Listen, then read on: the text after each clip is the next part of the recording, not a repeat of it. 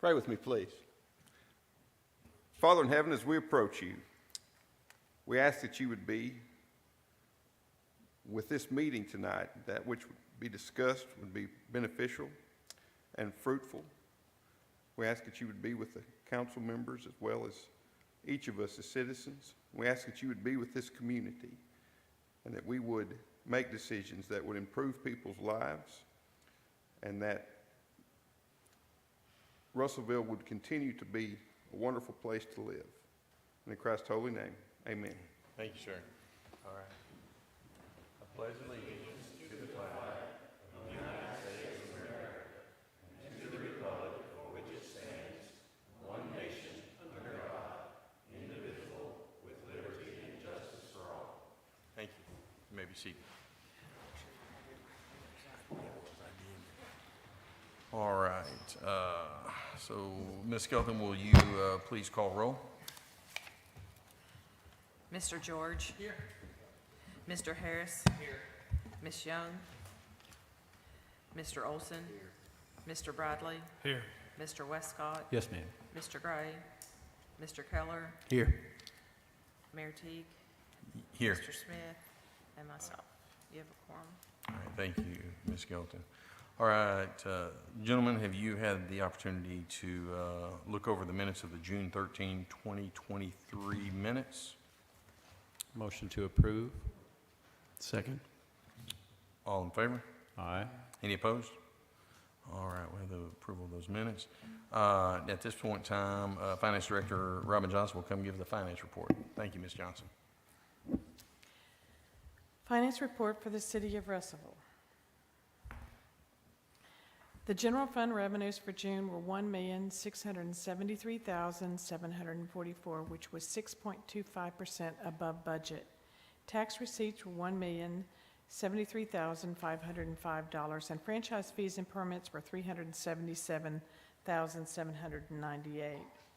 If you look at the tax revenue comparison, city and county, the 2023 year-to-date numbers are 7% above prior year for city and 0.9% above for the county. When you look at it, the current year's receipts against the budget, the city is below budget by 0.58%, and for county it's below budget by 0.86%. June expenditures for the general fund were $2,099,683. The personnel-related expenditures were $1,811,010. That was because there was 3 pay periods and we paid a stipend. Utilities and other were $288,673, and we were 2% above budget due to timing. Street fund revenues for June were $1,107,526. New sales tax was $675,109. State turned back an ad valorem tax, $168,245. Interest was $164,969. Half-cent road sales tax was $71,582. There's a transfer from general for stipends to pay $25,836. Other was $1,798. Street operating revenue is 29% above projections. June operational expenditures for the street fund were $335,112. The personnel-related expenses were $191,528, and utilities and other were $143,584. That was higher because there was annual street striping of $76,000 in that month. Capital spending was $5,842 for computer equipment. Half-cent sales tax was $106,418. That was the Schoolhouse Trail Phase 3 and 4th Street Railroad Crossing Improvement. Sales tax of $967,863 was for dig construction and easement, Knoxville sidewalk construction, Brookside drainage, and drainage maintenance on Gum Street. For the Economic Development Fund, June revenue was $122,200. This was comprised of new sales tax of $99,444 and interest of $22,756. Expenditures were $721,917. There was a transfer to Parks and Rec sales tax fund for the turf project. That was in appropriation 232110. The balance of the various economic development funds as of June 30th, 2023 was $4,974,622.36. The June revenues for the capital assets was all interest of $1,296. The June expenditures were $53,318. There was a police vehicle purchased for $36,874. There was a repair of an airport hangar door of $14,253, and a printer was purchased for animal control for $2,190. For the 2021 1-cent sales tax, which again goes through February of 2025, the unspent balance as of 6/30 was $25,157,594. Any questions? Thank you, Ms. Johnson. I want to add in there, she mentioned that railroad crossing at 4th Street. That's the smoothest that thing's ever been. That's amazing. Yeah. All right. So in the mayor's report, we have the quarterly report from Dr. Megan Selman from the Russellville Regional Economic Development Alliance. Thanks for having me. I'm going to let you guys know how we've been spending your money. I've got 2 reports you guys give separately to the Alliance for Economic Development and the Workforce Development Program, and both of those are housed in the chamber. So the quarter 2 for the Alliance this semester, or this quarter for small business, we hosted a consultation luncheon in conjunction with the Arkansas State Chamber. We had panelists, local panelists, small business owners, bankers, attorneys, CPAs, ASBTDC, marketing professionals come, and we hosted a lunch where people interested in starting a small business, or people that had just started a small business, could kind of come run the gauntlet and get their accounting questions answered, their legal questions answered, marketing questions. So that's one event we did this quarter. We brought back Business After Hours, which is a networking event in the evenings. We had hosted our first one on Commerce Street, and so we got to kind of see that entertainment district in action for that event. We're working to tell a better story as well, and we have a contract with Expedition Marketing. This quarter, we released 2 new commercials about Russellville, just highlighting as Russellville is a great place to live and work. And then we target developers of strategic developments that we know are looking at Arkansas or thinking about Arkansas. We can actually target them so that we can geofence them, and when they open their computer, they see our commercial. So we've been using marketing to tell a better story, and we've actually hired a new marketing and communications director, Odalis Garcia. She's a bilingual, recent graduate of the University of the Ozark, and just won a statewide competition through NASA. She's designed all of the 3D glasses not the 3D glasses, but the eclipse glasses that the state will use to view the eclipse. I wanted to show you guys one of our commercials as well. This is the absolute most exciting time I have ever seen for Russellville. We are the strongest team that I've ever seen.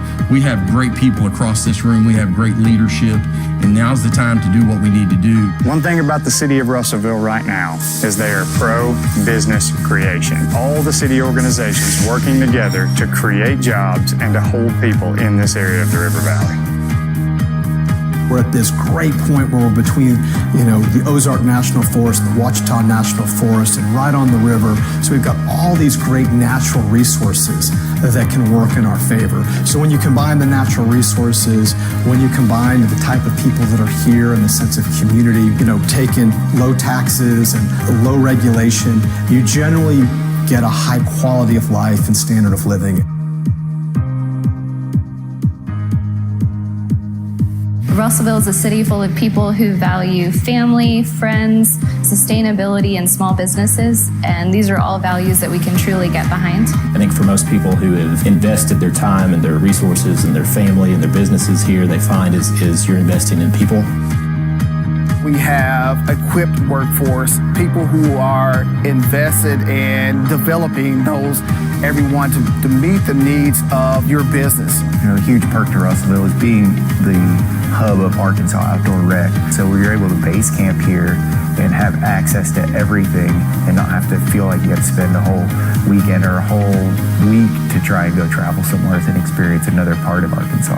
One of the strengths that we've got in real estate for our local area is we're not inhibited by growth, so we're not locked in any direction necessarily. We've got space and room to grow. The cost of living for us in the River Valley is extremely low, so it makes it very affordable to both live and work here. You can just look around in any direction. So you've got hiking, you've got biking, you've got lakes, streams, rivers, creeks. I mean, it's just a whole host of events and activities that happen in our community, whether it's downtown, whether it's at our soccer complex. You know, you can pick any weekend, any night, and you're going to find life and activity. So it's not just something that we love to work in. We love to work here because of the community that we're surrounded with. It makes both work together. And so we would say, why not? Why wouldn't you want to do that here in Russellville?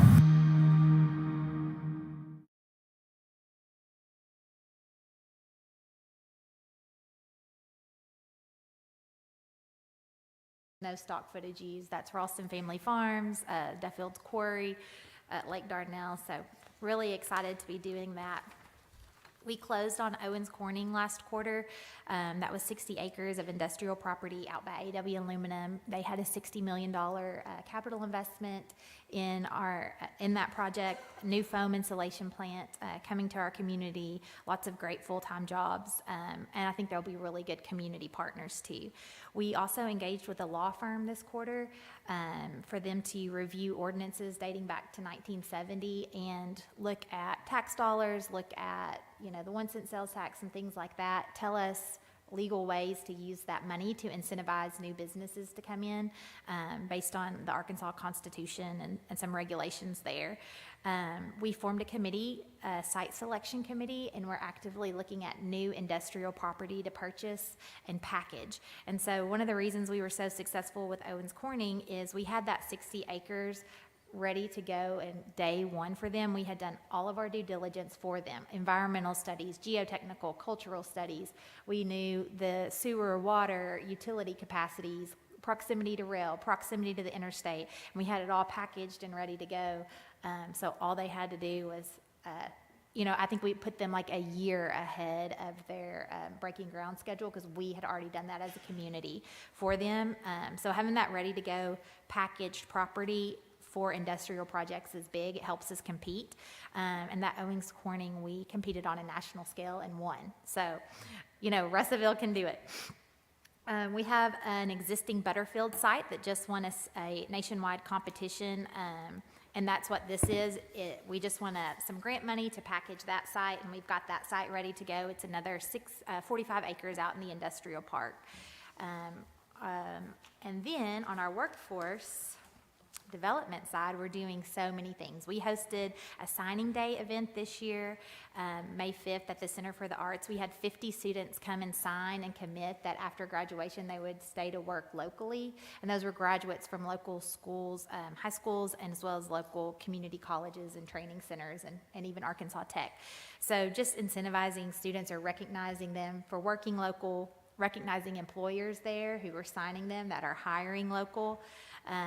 We are still engaged in Inspire River Valley, which is a program where we pair industry and education together. We get our industry guys in our classrooms talking to students early, creating those pipelines of, well, if you want to be a master electrician when you graduate, you need to know that these are the things you need to think about before May 5th. We've got to think about these your junior year and your senior year, and just kind of making those connections.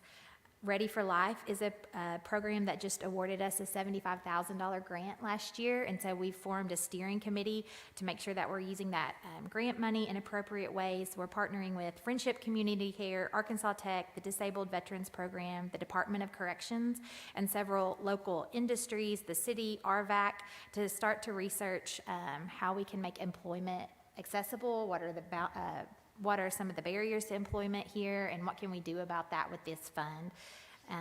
We have a job finder website that we've just converted to an app I guess that's what the young kids use. So we have converted that to an app, and what that does is it scrapes all job postings in a 25-mile area, so we exclude Conway because we want them to stay here. And then students or individuals or anybody looking for a job can just go on that job finder app, and you're going to see everything in the 25-mile area, and you're going to see employers that would have been listing jobs with the chamber that aren't necessarily using Indeed or another program. So just providing those opportunities to our region. The Workforce Development Cabinet meets monthly. It's a cabinet of educators and industry, and they formed an additional committee. We're going to pursue a recompete grant. It's some federal funds through an EDA program that would allow us to start thinking about, do we need to build some workforce training centers to reskill and upskill the local job market. And we just, last quarter as well, we were recognized by the Arkansas State Chamber. They've added us as one of 6 cities in Arkansas that will host a draft day. So it's like, you host it on AstroTurf, and students come in with their resume, and they kind of run the gauntlet, and they go kind of speed interview with all of these local employers, and they actually walk out with some job offers. So it's kind of like the draft. So we'll do draft day, and then we'll have signing day in May, where you can come back and see where they signed, and just really celebrating employers that are hiring local and people that are staying here and working here. We also hosted Connecting Educators and Industry event last quarter. We partnered with Arkansas Tech and Economics Arkansas and the Russellville School District. So on June 7th, we hosted 75 educators here in Russellville. We toured manufacturing facilities. We heard about from industry leaders what they need from a student that's graduating high school, what they're looking for from a student coming out of college, and kind of how we can pair those together and make sure those two guys are in the same room communicating, and that we are creating a skilled workforce that can stay right here and work right here. So that's our goals for workforce development, and that's what we did the last 3 or 4 months at the Alliance, trying to put your money to good use. So any questions, comments? You had talked about workforce training center. Yes. What do you have, like, some tentative plans to bring or to talk to us about, so that we can put forth money towards that? Yes. So right now the cabinet has toured UACCM, ATCC, the Peak Innovation Center in Fort Smith, and the Saline County Technical College in Benton to kind of see what we already are doing here. We don't want to do anything redundant with UACCM. We want to kind of come in and fill gaps. This specific grant focuses on individuals, I think, 25 to 54. They've identified that as the population that is not participating in the workforce. Not necessarily highest unemployment, but highest, lowest employment participation. So how can we get these people on that age group back in the workforce? Do they need new skills? What are their barriers to employment? Recently there was an expungement fair here in Russellville, and you could come and bring your record and kind of run down the list of people. You could talk to a lawyer, you could talk to a correctional officer, you could talk to, just a slate of experts that say, hey, if this is a barrier for you, let me look at your record, and these are the steps you need to take to get this expunged, or here's some options for you to help you enter the workforce and contribute. So looking at that population, where the barriers are, and doing some community research is where they're at on that. We've met with the federal grant administrator, and she did like a luncheon for us to help educate us on that process. And so we will compete for phase 1 this year, which is money to do your community research, make your building plans, and then we'll bring those to you, and then compete for phase 2, which is building it and implementation. So excited about that. You had mentioned, I'm sorry. Oh, you're fine. One more. You had mentioned recruiting a law firm to review ordinances going back to the 1970s. Can you tell us a little more about that? Yes. So in the state of Arkansas, the Constitution defines economic development as like 7 things. It's like manufacturing, logistics, a call center, if you headquarter here, distribution centers. And so sometimes we have fantastic retail projects that are coming to Russellville and looking at Russellville, and all of these wonderful incentives are ineligible because retail is not defined in the Constitution as economic development. You cannot use sales tax dollars to incentivize retail. And we've seen that recently in another city in Arkansas where they tried to do that. It made the news, and we don't want to make the news like that. And so, you know, we talked about let's prepare some incentives package so we can go and recruit these great businesses to Russellville. And then kind of thought, well, instead of taking a package and going to a lawyer and saying, is this legal? Is this legal? Is this legal? Why don't we get a lawyer to review all this and tell us what's legal, and then we can just adjust the numbers, and we'll have something ready to go when we go try to recruit and pursue these business opportunities for Russellville. So that was what the project was. We hired a law firm that's specialized in that to tell us what's legal, how can we incentivize, how can we use ED Fund 1 or 2, or not even that, just how we, even at the state level, how we can use some sales tax dollars or non-sales tax dollars in which ways to recruit. And then we kind of knew, now we know what we can offer a business to get them here. Because if we have solid paying jobs, Yes. the retail markets will come. Yes. Yes. And they say retail follows rooftops, which is true, except for it also sometimes follows the numbers we pull on the I-40 corridor of people that aren't actually living here. And so we like to remind people how busy that corridor is. Anyone else? Thank you, Ms. Selman. Thank you. Thank you. All right, one quick thing on the mayor's note. I did want to say thank you to the council that voted to put a generator at the animal shelter through this last storm and that power outage. We ran on a generator for 3 days, and all of our fur babies were comfortable. So that's a huge thank you to the council for that. That means a lot to me. All right, Chief Sloan, you've got a departmental report on the fire department.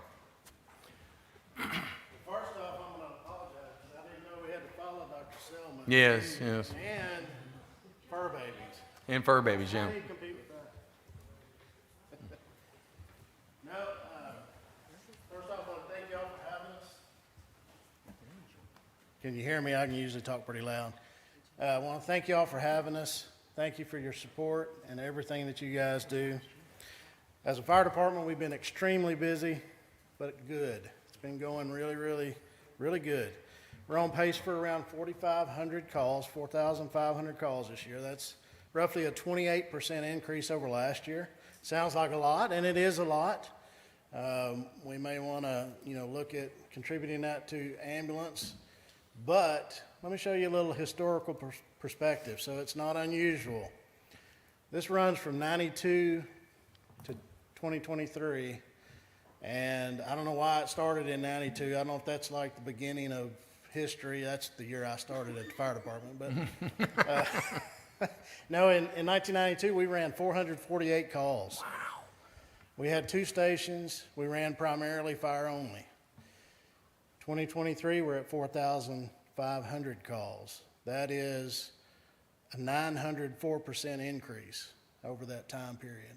So it's not unusual. It's just the trend. I don't know how long it can keep going, if it will continue like that or not, but we've seen a lot of changes, as you can imagine, since 1992. We don't have horses to feed anymore, and we were riding tailboard back then. Sure enough, we don't do that anymore. But the most impactful change to the citizens of Russellville in a positive way occurred this past August. You guys gave us the opportunity to establish an ambulance transport service within the fire department. So that occurred in August of 2022. We had a bunch of firemen, but that was about it. And we had about 90 days to implement that. So enter Chief Perry. I just want to tell you, he's been a rock star. I don't know if you can imagine establishing a business basically from the ground up with some pretty rough resources in 90 days. And he did it. We transported our first patient January 1st. That being as big a deal as it is, I'm going to defer to Chief Perry. I just want to thank him. He worked hard for those 90 days. He's still working hard for the first I don't know how long, he responded on every single medical call we had, during hours, after hours. He's been extremely committed to make this thing a success. So I'm going to let him, before I take all his time, I'm going to let him go ahead and take over. Thank you, Chief. So he said the first call was January 1st, and that is true at 11:01 a.m. Would anyone like to guess where our first call was? The Budget Inn. Come on. So, and I did get to, that was the inaugural call, and I got to go with them. And it may not have been a true emergency, but it was an emergency to that person, and we treated it as such. So what I've got in our first slide, and I'm going to go through this pretty quick. These are the frontline ambulances that we're using. Chief was talking about this all came to light in August. Putting an ambulance service together and having two brand new chassis and good boxes in less than 4 months was, it's a miracle. There's no other way to really, we could not do it again. So it was the right time, right place, right people. Just today, I had a meeting at St. Mary's, and Dr. Rensvold, he's the interventional cardiologist. This quote come out of his mouth, and if any of you've ever been around him, you never know what he's going to say and what mood he's in, depending on the caseload he's had that day. And he actually said this to the group of people today. I've been practicing medicine in many different cities and hospitals for over 30 years, and this is the best EMS system I've had the privilege of working with. So, the citizens of Polk County and the citizens of Russellville should be proud of that. So just some statistics that I put together. I don't want to bore you with a lot of numbers, but the first 6 months we responded to 1,400 calls for service, 1,415. Of those, 1,128 were what we would call billable calls. They were transports or resuscitation attempts that were terminated in the field. We had a total of 1,465 patient contacts. Some of the calls we go on, we have more than one patient. 78% of calls for service resulted in transport to a hospital. I'm extremely proud of this number because it indicates that our system is successfully taking the people to the hospital that need to go. We're not having a lot of patient refusal scenarios or other reasons that we don't take people to the hospital. So that's a good number to have. We've even done 3 emergent interfacility transfers for St. Mary's Hospital. If we have the additional personnel, we do have a 3rd ambulance that we use for reserve and high volume time periods. And it was the first one we purchased. It was a used ambulance, a good deal. And we'll put it in service if we can and try to alleviate some of the transfer load when they've got multiple emergency transfers coming out at the same time. Average response time of 5 minutes, 31 seconds.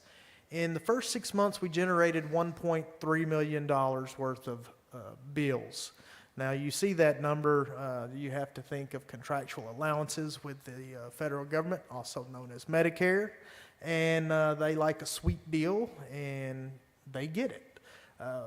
Revenue, the first 6 months was around $245,000. I know today we're able to say that it's over $250,000. What I do want to say is the number is a little bit lower, and it's hard to say, in the first 12 months, this is what we're going to make, because we still have primary payers like Blue Cross Blue Shield, for example, that we've billed over $175,000, and they still have not paid. So, and that is just because of application processes, approval processes, and agreeing on what rates to pay. Mutual aid, sometimes it's difficult to tell how many times we're going into the county and how many times Polk County is coming into Russellville, but we've had a good working relationship. We're able to immediately respond to calls in the county, when necessary, if necessary, and when we do have an ambulance in service. So we're going out into the county at least twice a month. On the other hand, Polk County's coming into Russellville at least once a week and helping us out, and it may be because we've got two ambulance calls going on at the same time, or we may have a structure fire and an ambulance call and another ambulance call comes in. So the staffing complement for EMS, we all know that our firefighters are cross-trained either as paramedic and EMT. When we started this endeavor January 1st, we only had 13 paramedics. We have increased that complement to 17 the first 2 quarters of the year, and we've got 4 more that are scheduled to graduate at the beginning of 2024. EMTs, we've got a healthy load of EMTs. We've got some new employees, some new firefighters that once they complete their initial firefighter training, they'll be going to EMT school also. And this is just a kind of a heat map of calls for service inside the city limits of Russellville. But what I did highlight, or what we did highlight on here when Chief Vic put this together, is the blue cross at the top is Fire Station 3, where Medic 3 is assigned. The green cross is Central Fire Station, where Medic 1 is assigned. And they're the 2 ambulances that are running the calls. If you asked me and I had to ride the ambulance, I would beg to go to Medic 3 because they're making about, so far, 400 less calls in 6 months than Medic 1. But what that highlights is the reason that we need the red cross down to your lower right. When we're able to put the 3rd ambulance in service, it will be housed at Fire Station 4. Once we do that, you're going to see that the caseload is more even across the 3 stations. The workload will be less on Medic 1. And what that'll do is we'll have better availability for other types of emergencies, but the biggest highlight is that medical calls will be answered quicker. We took over an endeavor thanks to the council and the mayor. We have taken over the city AED program. Each city building now has an AED. It also has a Narcan kit inside. We're currently training certain numbers of city employees in CPR and for AED. We're also, I guess, got a next phase to this where we're going to hopefully start adding some stop the bleed kits to it. So that'll be the 3rd and final step. So the next thing, or the next portion is I want to give you a couple of success stories. When the city of Russellville, I'm not going to say they blindly walked into starting an ambulance service, but I don't think some people know exactly what the effects on citizens would be. So I've got 2 cases highlighted. One is an ischemic stroke. And a lot of you know what an ischemic stroke is, but it's the leading cause of death and disability in the world. And you look at it, a stroke occurs in the United States every 45 seconds. Every 3.3 minutes, somebody in the United States dies of a stroke. But here's the big one. Arkansas currently ranks number 6 in deaths in the United States. But hey, that's a lot better than what it was, because for 8 years we were number 1, almost like the Razorbacks. So, strokes can happen to anyone of any age, and time lost is brain lost, all right? And that's why time is important with strokes. On January 13, 2023, and this is just a timeline, I'm not going to go into the timeline, but we had a call, and you'll see the individual in a minute. He's done a lot of stories. He's done a commercial for UAMS. He's given us permission to talk about it, but he had a stroke, and everything worked out right for him. He was able to receive the magic medicine that is necessary within 23 minutes of getting to St. Mary's. That was made possible because of the rapid transport, our paramedics getting, IV access to have that ready. And as soon as we got him to the hospital, he went to a CT. And after he come out of CT, he got TPA, which is a brain clot buster medication. He was discharged from the hospital 2 days later with no deficits. And there he is, Mr. Caldwell. Some of you probably know him. Some of you probably don't. He's a great spokesperson for the BFAST program for recognition of strokes now. And the team that you see pictured with him is Jared Patterson. He's a firefighter paramedic. Caleb Albrecht, who was an EMT at the time, but he's now a firefighter paramedic. and then Courtney Watson, which was the nurse that oversaw his care at St. Mary's. The second case is a cardiac arrest secondary to a pulmonary embolism. And I responded to this call, and in order for you to have a successful cardiac arrest, everything has to happen right. In my 25 years plus of this, I've never seen a cardiac arrest caused by a pulmonary embolism and the patient have a return of spontaneous circulation, meaning they get a pulse. So the mortality rate when you're outside the hospital and you have this happen is 95% or greater. And, you know, one of the things that people know about pulmonary embolisms is, you know, the fatty tissue breaks loose. It could be caused by DVT. There's so many things that could cause it. The one end result for significant pulmonary embolisms is usually sudden death. This is another call log from that call. The call come in at around 8:16 in the morning. Our crew was actually there within 5 minutes. I'm sorry, within about 8 minutes, starting CPR, basic life support. Our advanced life support ambulance showed up. They have a chest compression device that they were able to place the patient on, and the paramedic was able to get a quick intubation, put the breathing tube in, because we had a really nice tool to help facilitate that. And then you'll also see at 8:33 there was a return of spontaneous circulation. So when we got this patient to the hospital, this patient went from full cardiac arrest, sudden death, to when I left, you could ask the patient a question, and if they understood, they were squeezing your hand, blinking their eyes, shaking their head. It's almost unheard of. Now, I want to tell you why it happened, okay, and why that patient is still here. And I like to say that there was 5 responders. I showed up a little late in the game, and then we had an additional responder that I'll show you in a minute that I think made the difference. So this is Engineer Alex Baumgartner. The reason why I've got their significant others posted in these pictures with them is these people are their initial support group after they go through things like this.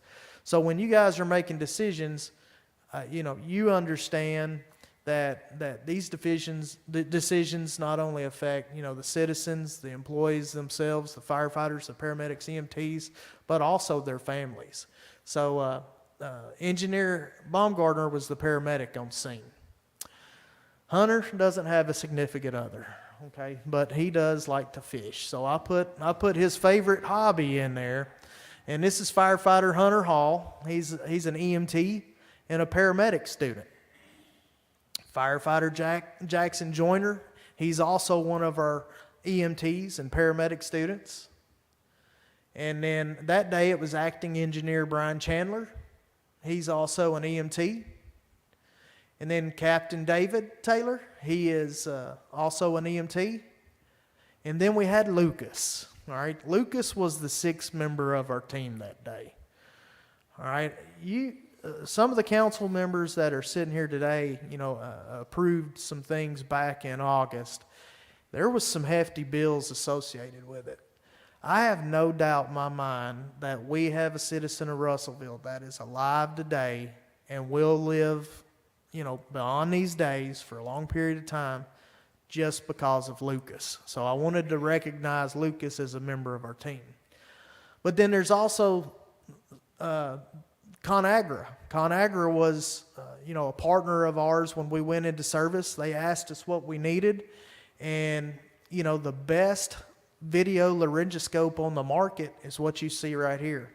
And the only thing they asked about it was, how many do you need? So I wanted to recognize them as a partner. This tool, this instrument was instrumental in saving that life also that day. And then the council, you don't think about it like we think about it. Maybe you do. But the decisions that the council made, especially in August, has saved a life. I mean, and I want to put that in perspective and let you know that the members of the fire department, the paramedics, the EMTs, the firefighters, we are very appreciative of the tools that we've been given to do this with. Technology and tools make the difference in patients' lives.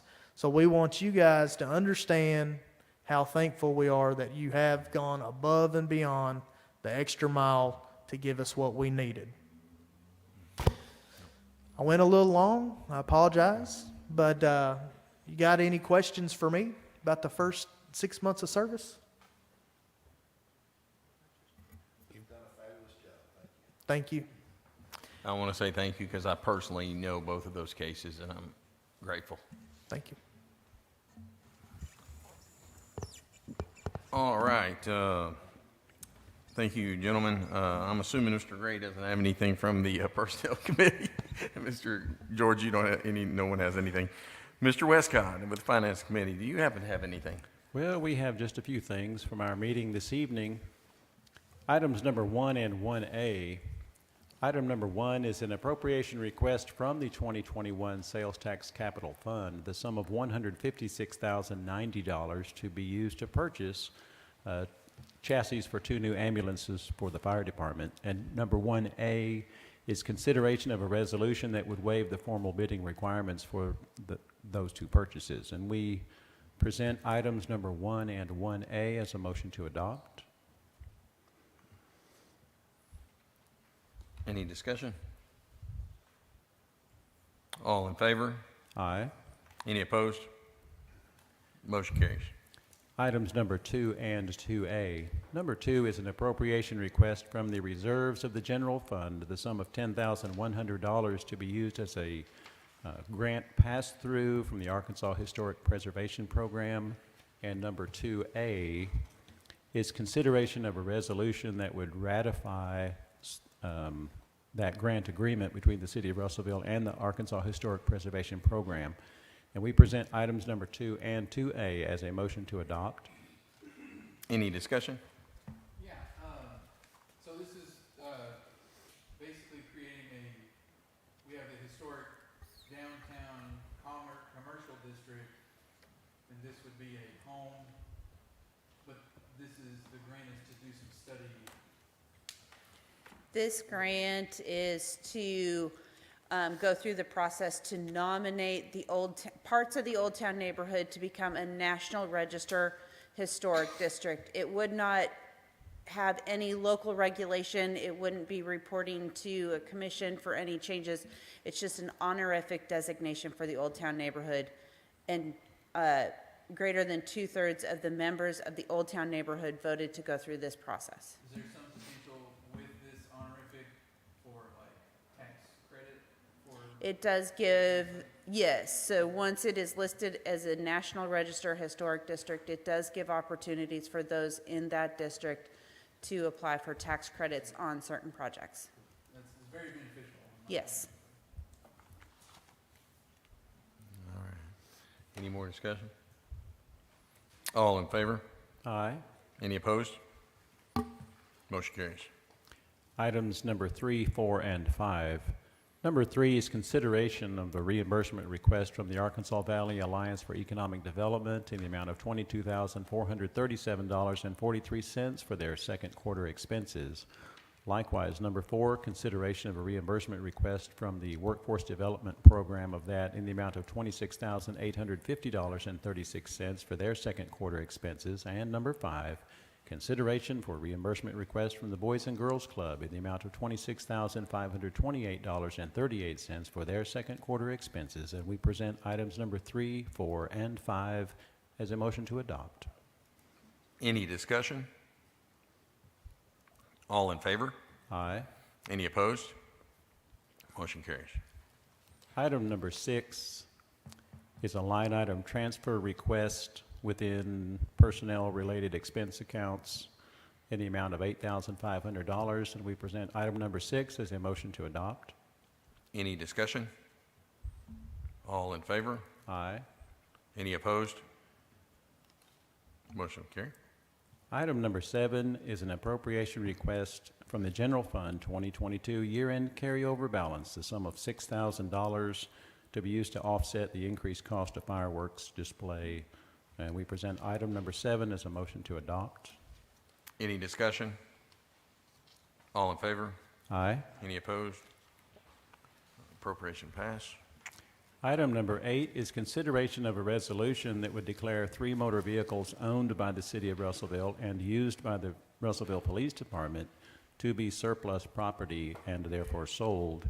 And we present item number 8 as a motion to adopt. Any discussion? Hey, Chief, these got flames on them. Somebody might want to buy them. We're going to let them Give them a case of oil, yeah. Any more discussion? All in favor? Aye. Any opposed? All right, we carry. From our finance meeting last week, item number 1 is consideration of a resolution that would accept a bid from Edwards Constructive Solutions Incorporated for the East J Street Sidewalk Project, and that would authorize the mayor and city clerk treasurer to enter into an agreement with Edwards Constructive Solutions Incorporated for that project. And we present item number 1 as a motion to adopt. Any discussion? All in favor? Aye. Any opposed? All right, to pass.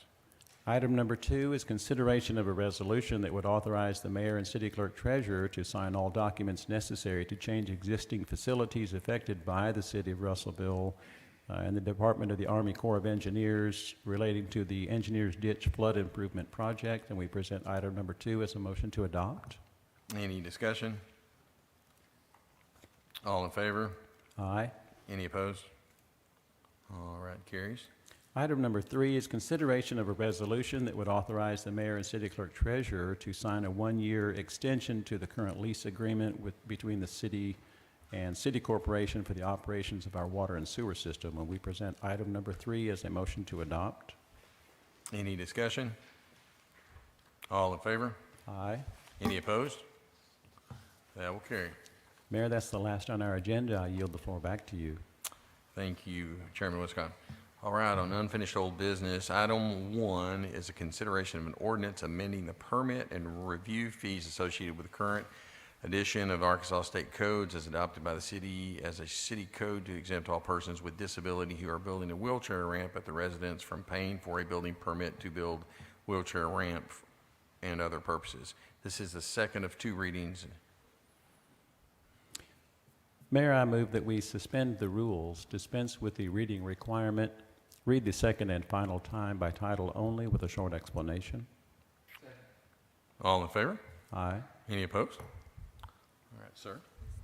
An ordinance amending the permit and review fees associated with the current edition of the Arkansas State Codes is adopted by the city as a city code exempt all persons with a disability who are building a wheelchair ramp at their residence from paying a building permit to build the ramp, wheelchair ramp, and for other purposes. This ordinance, if passed, would exempt the building permit fee associated with a disabled person building a ramp at their residence and would amend the code to reflect that.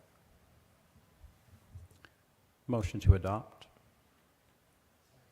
Okay, a motion and a second. Any discussion? All in favor? Aye. Any opposed? This will pass.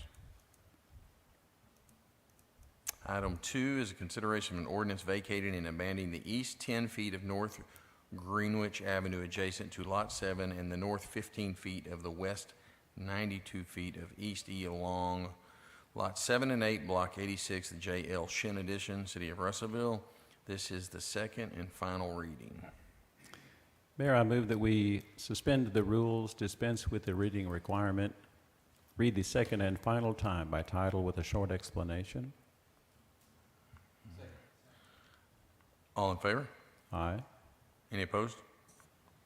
Sir?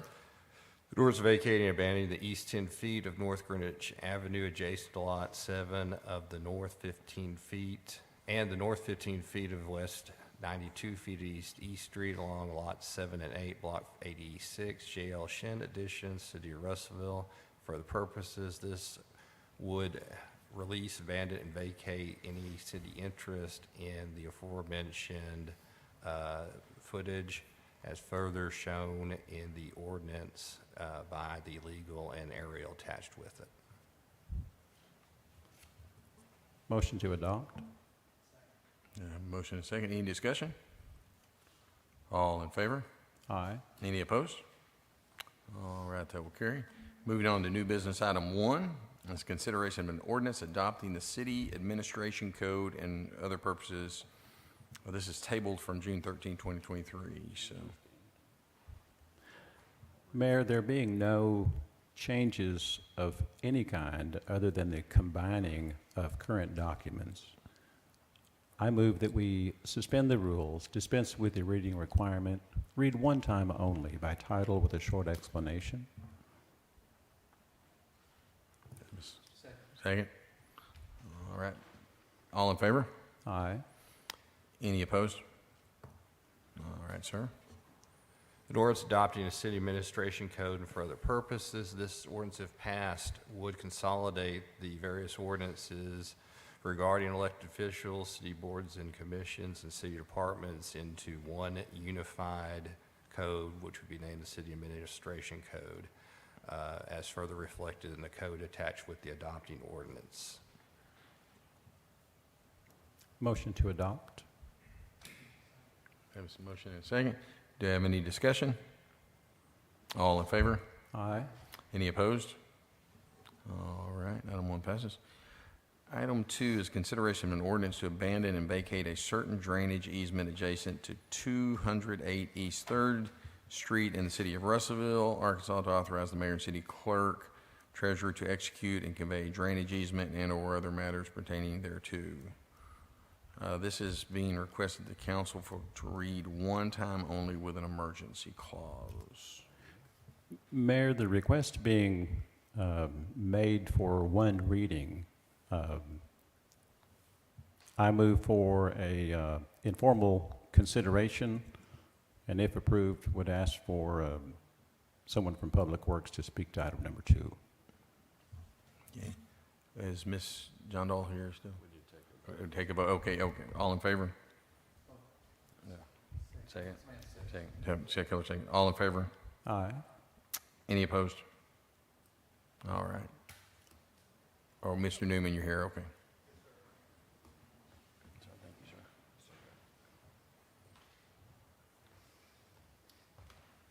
We also have someone representing the property owner here to speak if you have any questions beyond that. But the information hopefully is in your packet, kind of explaining what we have considered. This is a drainage easement that about 2 years ago, the city rerouted the drainage in the public right-of-way in lieu of diagonal through the existing facilities, and this has been abandoned and backfilled and has no other use for the city. And if I can answer any questions you may have. So basically, we took it a long time ago, and now we're giving it back? Yes, sir. Very long time ago, there was drainage established there with rocks, basically building walls, an old channel, and it was collapsing, and we did a drainage project and rerouted for easier public access, and we've since then no longer needed. Mr. Newman, my question Yes, is sir. more to the emergency clause that has been requested, if you all could articulate that more clearly than what's expressed here in section 9. Yes, sir. If you don't mind, I'll ask the applicant representative to come and explain the urgency of the project. Strictly because we're required to verbalize that, what that emergency is. That's the only reason why I'm asking that. That's fine. Sir, if you would state your name. Danny Roy. So I appreciate y'all for listening to this. What we have is we had the scheduling done for this project prior to discovery of the problem, and trying to maintain that schedule with contractors, materials, and everything else. He's also got some contingent personnel to hire to fill these new spaces, and, well, the delay, he could lose some of that possibility also. So that's the urgency in trying to expedite this situation for him. Thank you. Any questions? Yes, sir. One time and one time only, just it passes and then it's in 30 days, right? Correct. In the normal The emergency routine of clause makes things. it tonight. Correct. Correct, okay. Yeah, and Trey mentioned that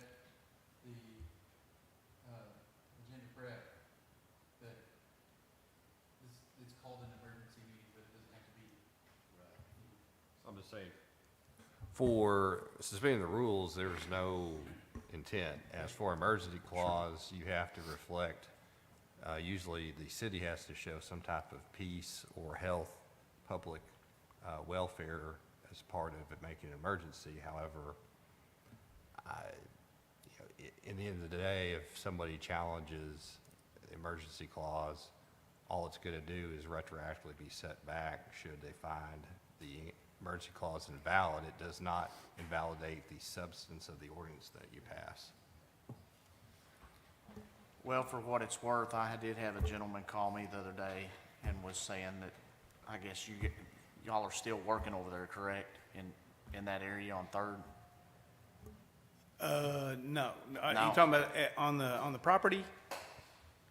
No, we suspended work on the property till we got this cleared up. I'm sorry. Yeah, no, we were fixing to start through the permit process. There was discovery made in. I suspended all work until we come to a conclusion on this. This was the one from the other night we were talking about. This was a city error. Yes.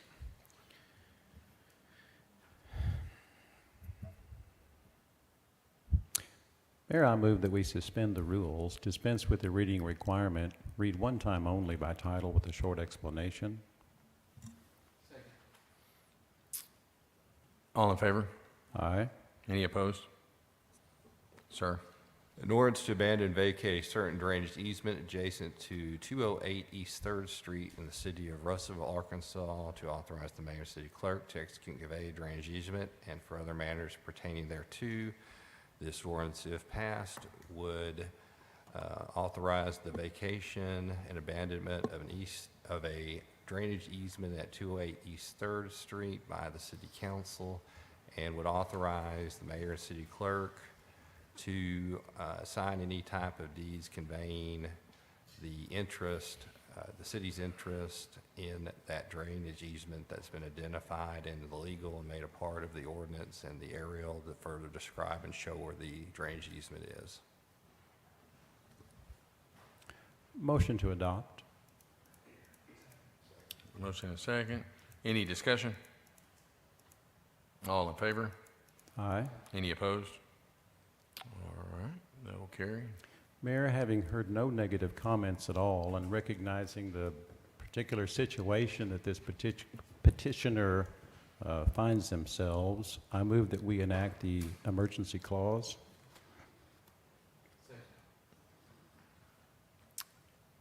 Any discussion?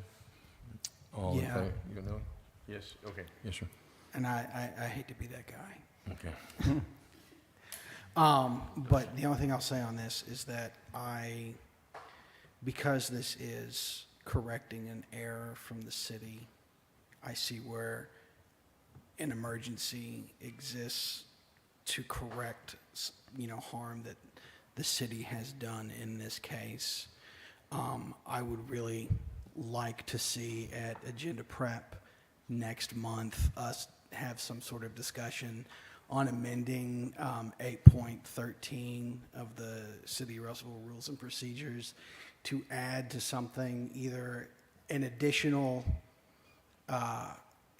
reasoning in the emergency clause, or a separate something that we're able to do, separate procedure that we're able to do that would also include correction of city error. So that's just... I don't think that would rise to the level of an emergency, but if you wanted something like that in there, again, I know nothing about whether giving back a easement that none of us were here when it was taken by the city, and know why it was taken, to then be able to pass judgment and say it was an error when it maybe was not at the time it was taken back in the 70s or 80s. That was just the way it was described the other night. It was something that should have been given back and hasn't, and it was city's error for not doing it. That was the way that it was. I think from the time described frame the other night. perspective, that someone had known pre-knowledge that the city had owned that.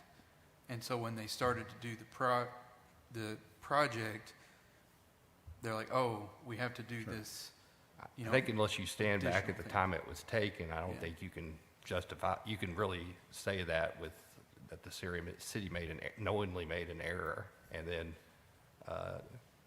with bad intent kept that property.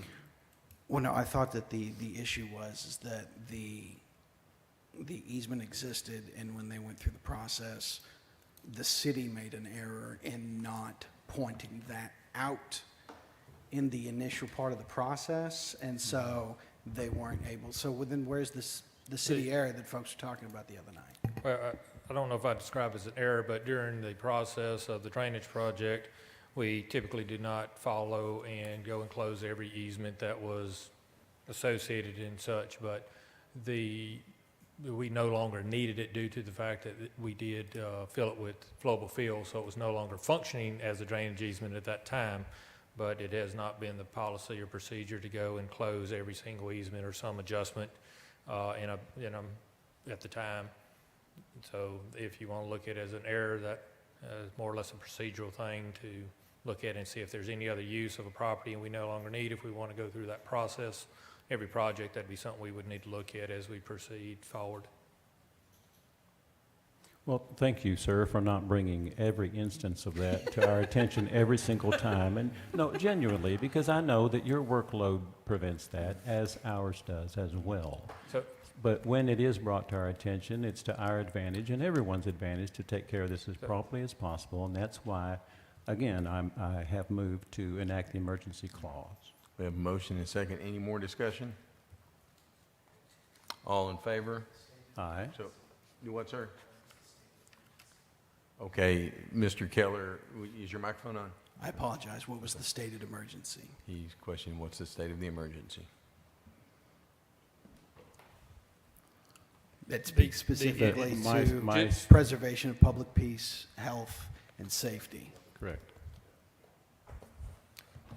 I'm just representing that I express need or request of the property owner to continue expanding the project, and we did our best on our end diligently to bring this in a very short and fast, and once it was discovered here, so it'll be up to the council to choose to enact the emergency clause or not, and so if it does, it'll delay. If not, move forward, but I definitely cannot change the definition that Mr. Smith provided for emergency, so.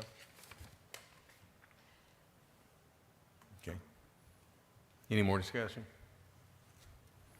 Okay, we have a motion and a second. All in favor? Aye. Any opposed? Mr. Keller abstains. We'll make it pass. It will pass. Will not. It will not pass? No. Okay. Mayor, if you'll permit me just a moment, because I'm about to make another motion. I just want us to consider the next item on the agenda is asking for something very similar circumstances, hopefully the correct outcome. Unless we, as a group, plan on deciding differently on number 3, I find it odd that we might not also consider our decision on number 2 again. Point of inquiry to the parliamentarian. So we've got 6 council members here, 5 voting in yes, 1 abstaining. Is the mayor not able to cast the 6th vote? No, there's a Supreme Court decision on the matter that does not allow that's ruled that a mayor cannot vote on an emergency clause.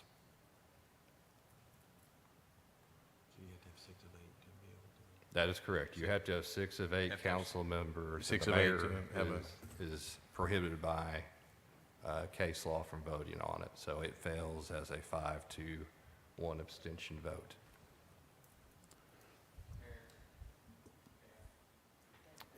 Dave Garza, if you would approach.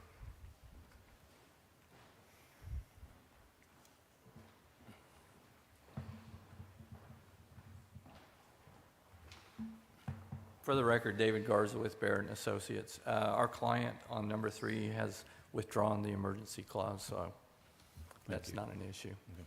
Thank you. So we have a vote. Do you have anything, Mr. Olson? I don't believe it's the spirit of this city council to delay any construction projects of any kind, and I feel like that's a lot what we're doing here for no reason. I would like to make this go as fast as possible. So whatever the option is for that, if we need to revote, if we think that's it, or one time only, whatever. And I appreciate the concern, the genuine concern, and the want to of the council to follow the proper procedure. And if there is a genuine emergency, absolutely. And if it's not a genuine emergency, to recognize that as well. But on the other hand, an emergency for the one petitioning is different for the emergency of I, who am sitting up here, who am not affected by this decision. And for that reason, again, that there were no negative comments received. For the life of me, I can think of no good reason to delay it 30 days other than the pleasure of doing it.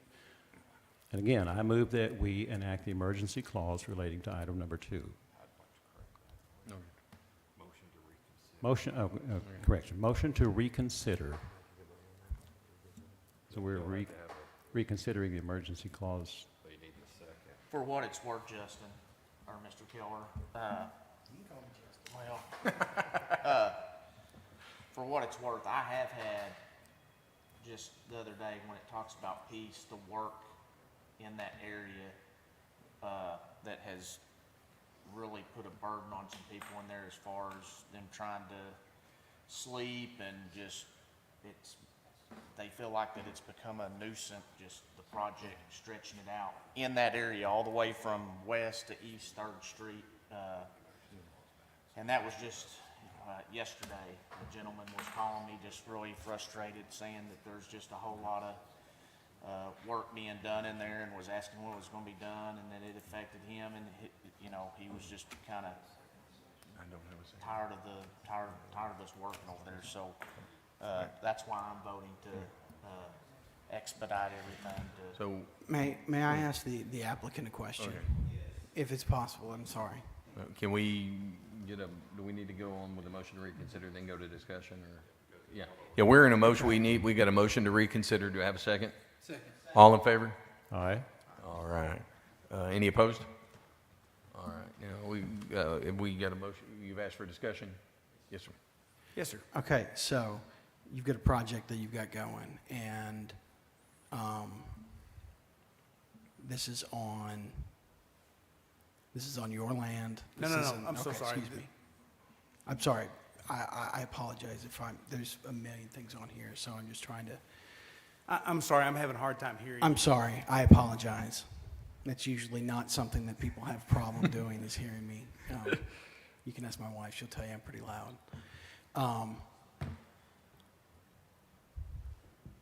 So the project is on hold? Yes. Until this easement is taken care of? Yes. And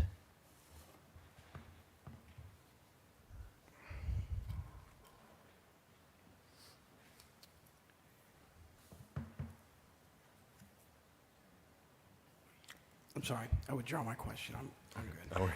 Thank you, sir. If I may, there's just some jobs in balance here. So to expedite this is critical to the expansion of this business. That is critical. Okay. So. All right, thank you.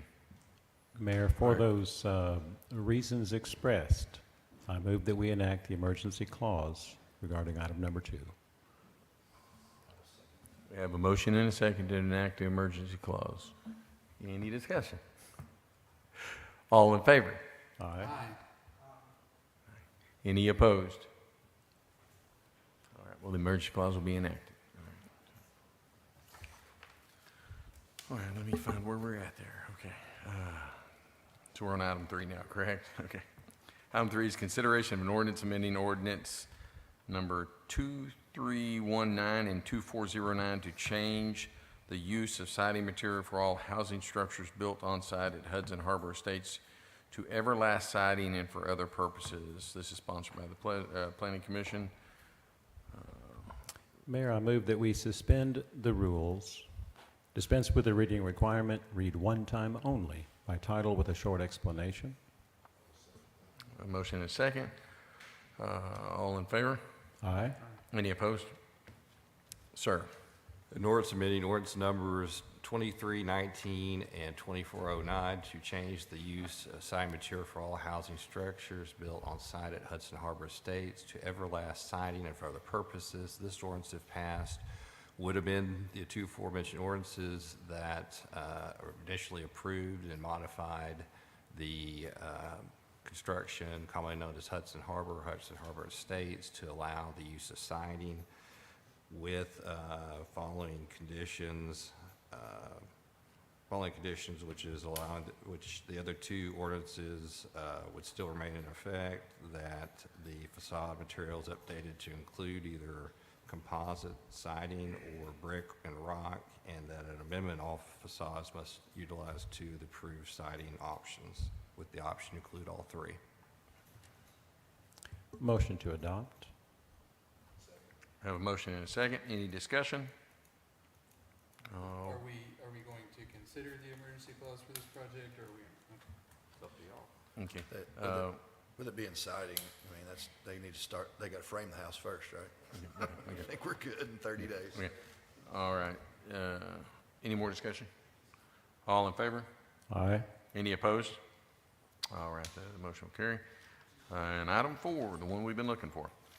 Consideration of an ordinance rezoning certain realty in the city of Russellville, Arkansas for other purposes. This is sponsored by the Planning Commission. Certain realty, where's the ad? Mayor, I move that we suspend the rules, dispense with a reading requirement, read the first of 2 readings by title with a short explanation. And I'm asking for the first of 2 because I've not heard any kind of requests about anything different. No, okay. Do we have a second? I don't. There's no. Okay, in that case, about the first of 3. Oh, yeah, there's no. Okay, on here it doesn't show. Okay, so it'll be in the reading. Okay. So we have a motion and we need a second to read it. I prefer the first of 2, but unless you want to do it long form. You have a second. Okay, yeah. You have a motion and a second for reading the first of 2. First of 2. Okay. All right. All in favor? Aye. Any opposed? Sir. An ordinance rezoning certain realty of the city of Russellville, Arkansas, and for other purposes. This ordinance would rezone property 1 from R1 to C2, which is located at the block of 300 Hobnob Road, further described and identified in the legal description as Exhibit B and the attachment of the aerials Exhibit A. And also by the Polk County Assessor's Office, parcel number 863-00112-000A, and would rezone upon adoption. We have a motion to adjourn. Motion to adjourn. All right. Motion and second to adjourn. The meeting is adjourned. Thank you. Well, you're welcome.